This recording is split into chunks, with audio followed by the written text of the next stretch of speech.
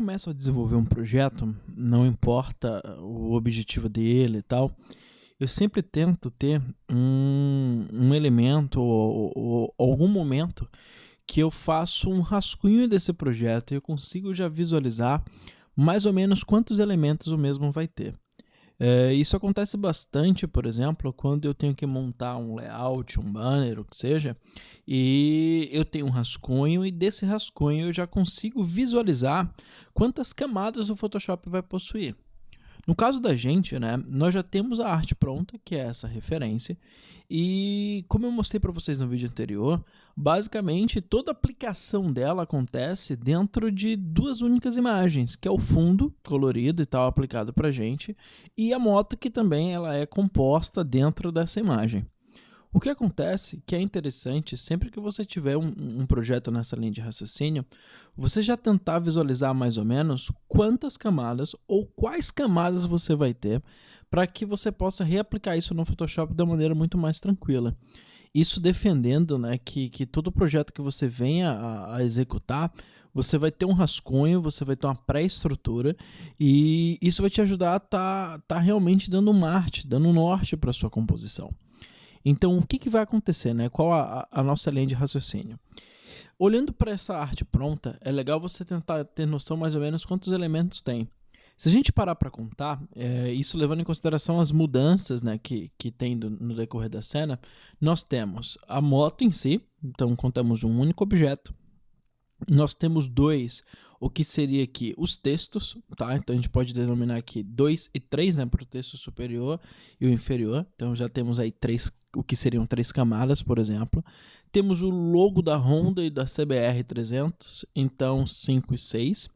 E aí agora nós temos 7 para o que seria essa fotografia, 8 para o que seria esse delimitador aqui, né, como se fosse um corrimão, um limite aqui da estrada.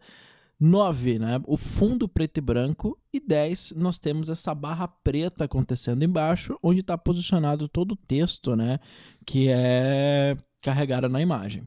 Então, dessa forma, essas mais ou menos 10 camadas que estão acontecendo aqui, elas vão nos ajudar a dar uma orientação.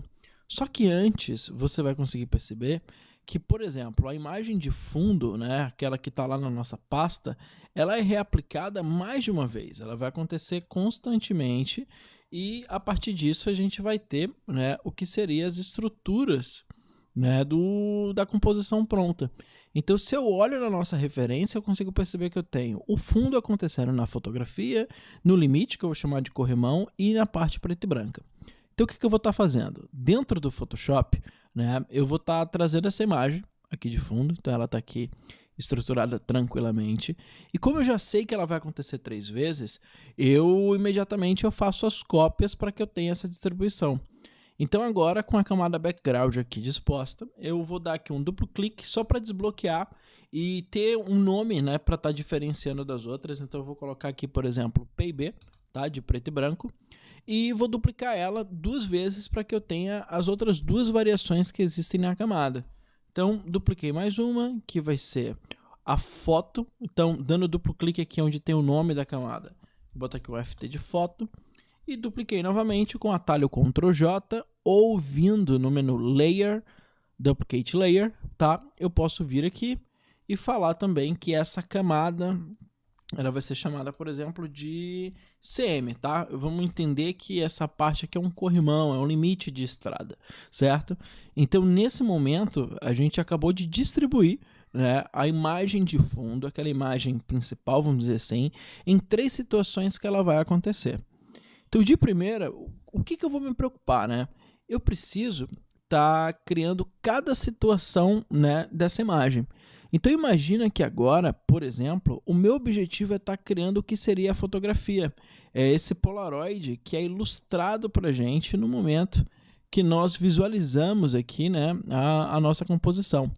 Então como é que eu vou fazer isso? De uma maneira muito simples, tá? Eu vou selecionar a camada que vai ser destinada para a foto.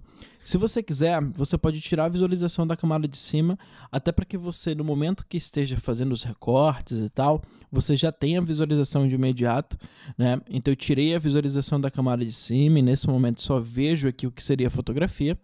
E com qualquer ferramenta de seleção eu posso estar criando isso.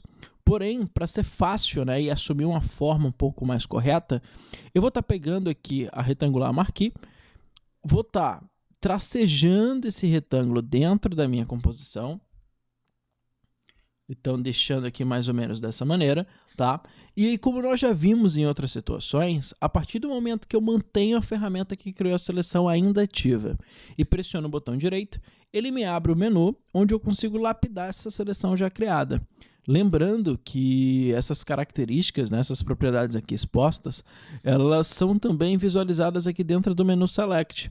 Então, em ambas as situações, eu vou estar vindo aqui ativando essa opção chamada de Transform Selection, onde no momento que aparecem esses controles, que aparece essa estrutura, né, para que a gente possa escalonar, editar e por aí vai, pressionando Ctrl ou Command no Mac, eu vou estar redistribuindo aqui o que seria, né, a nossa estrutura. Então, deixei aqui mais ou menos dessa maneira. Eu posso esticar aqui um pouco mais para ter esse controle. Então, criei mais ou menos o que seria o espaço que ela vai ficar, tá?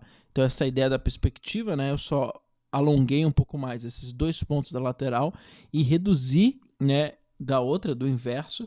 Então, deixei dessa forma.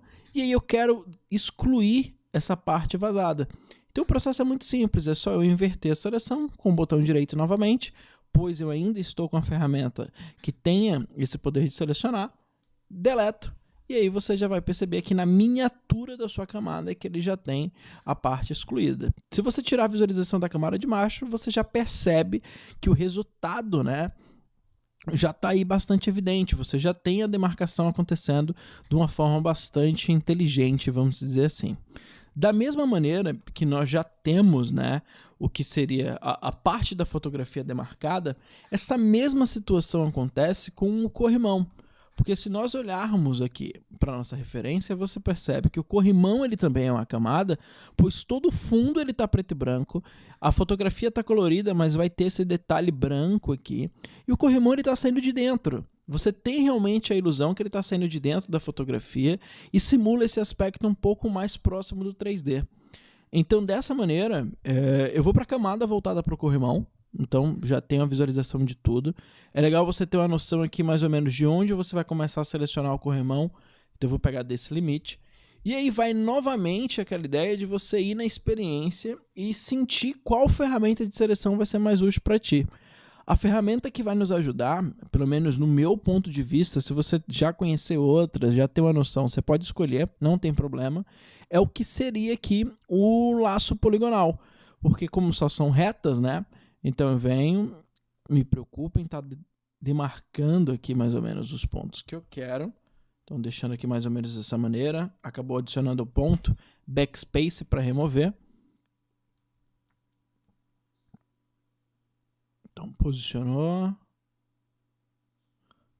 para cá, e aí vindo aqui, né, no meu primeiro ponto, eu venho e já tenho aí a seleção acontecendo da maneira bastante direta. Então, dessa forma, eu só preciso fazer exatamente o mesmo processo, que é pressionar o botão direito, inverter, tá? E a partir de agora, ao deletar, eu já tenho, né, o que seria a base inicial realmente da nossa composição. É claro que se eu voltar a visualização aqui do fundo, ele preenche esses espaços transparentes, e como ele ainda não tem um efeito, né, do preto e branco, da escala de cinza, ele não vai ainda interagir, né, da melhor forma possível, beleza? Então agora nós percebemos o seguinte, eu peguei uma única fotografia e com as duas cópias realizadas, né, essas duas aplicações realizadas, eu consigo, né, já ter a composição a partir de recortes, né? Eu comecei a selecionar, excluir o que não me interessava, né, o excesso, vamos dizer assim, de informação, e eu já consigo lidar um pouco com o início do projeto, eu já consigo ter a cara dele, o que é o efeito principal e tal, que é essa simulação do Polaroid dentro da rua, né, acontecendo na cena, e o recorte em si ele é o fator principal, juntamente, né, com o uso da seleção, né, principalmente com ela, ok? Então, ficamos até aqui nesse vídeo, peço para vocês chegarem nesse ponto, qualquer dúvida é só me procurar.